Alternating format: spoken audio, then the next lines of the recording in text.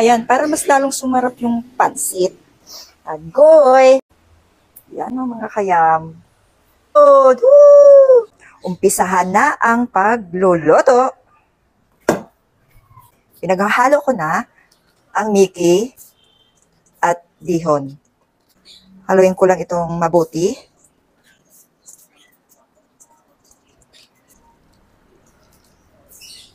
Ayan, pwede na yan. Ayan, magpainit na ako ng kawali. At maglagay na rin ako ng mantika. Ilagay ko na ang sibuyas at bawang. Yan, inisa ko na lang yan. Ito, ang halo-halo na naman tayo. Yan, halo-haloin ko lang hanggang sa mag-brown. At ito brown na. Sunod kong ilagay itong hipon.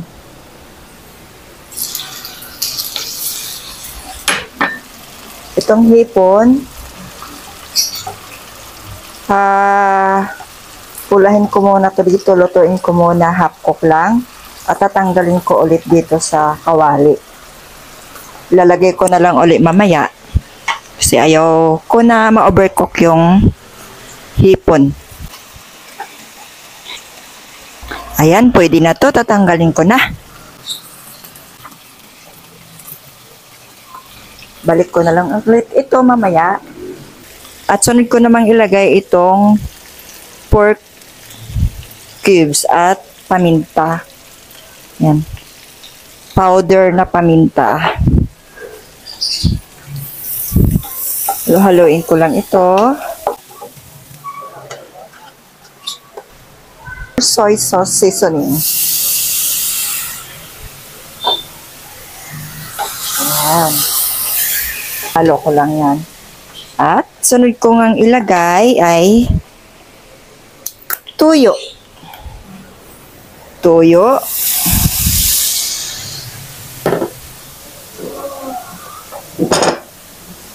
Maglagay rin ako ng konting asukal. At haluin ko lang. At lagyan ko na ito ng tubig.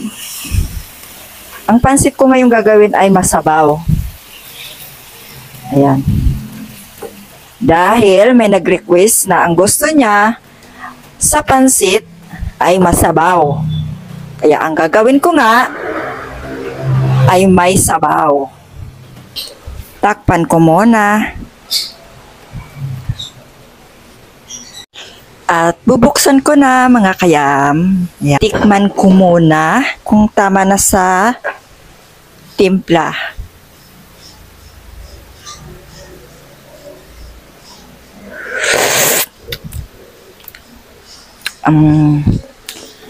Pwede na, okay na siya. Konting tuyo na lang. Ilalagay ko na itong Mickey bihon. Ayan, lagay ko na ang masarap na Mickey bihon. Ayan. Wow na wow. Haluin ko lang ito. Ayan. Masabaw talaga ito mga kayam. Dahil talaga naman ang nag-request nito ay gusto ay may sabaw. Masarap na naman yung medyo may sabaw. Hindi siya dry. Kuluin ko lang. At ilalagay ko na yung mga gulay na sahog ko dito.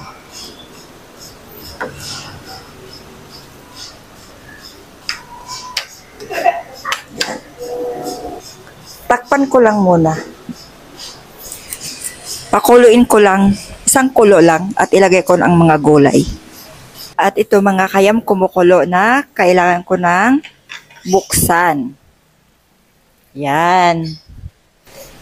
Ngayon ko muna. Okay.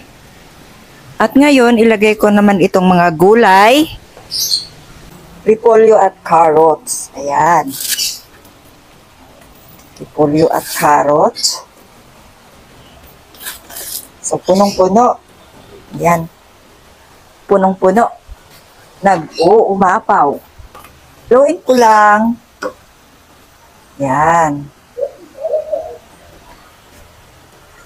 Dahan-dahan lang sa paghalo at punong-puno. Bali yung ibang malaglag sa lupa na yan. Yan. So, halo lang ng halo. Yan. At ilagay ko naman itong sunod. Ito ay bell pepper. Yan, bell pepper. At ilagay ko na rin yung shrimp or hipon. Maglagay rin ako ng sesame oil, pero option lang yan. Mayroon. Kung wala naman ay okay lang. Ayan. Ang ating pansit na masabaw. Ayan. Pansit na masabaw. Halo-haloin ko lang yan. Hanggang sa mag-mix ang ating mga sangkap. Ayan.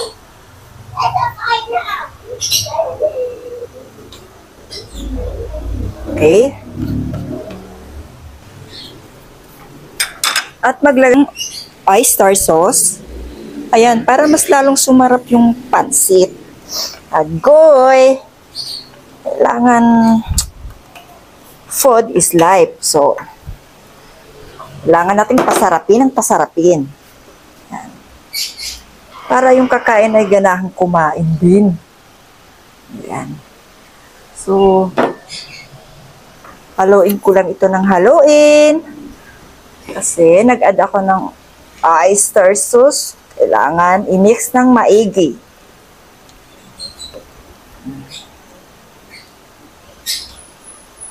Ayan. Luto na to mga kayam. So, kunin ko na yan. Pero meron pa akong pahabol na parsley. Nako, overload talaga itong pansit ko. Yan, yung parsley ko. Ayan. Overload parsley. Ay, off ko na yung kalan. Inoff ko na pala yung kalan. Ayan. Yan lang siya. Yan o mga kayam. Meron na tayong napakasarap na Mickey Bihon. Mickey Bihon. Wow! Mickey Bihon overloads. At meron pang ito mga kayam mo. Chicharon. Woo! Ayan. Yummy! Ko! Yummy! Woo!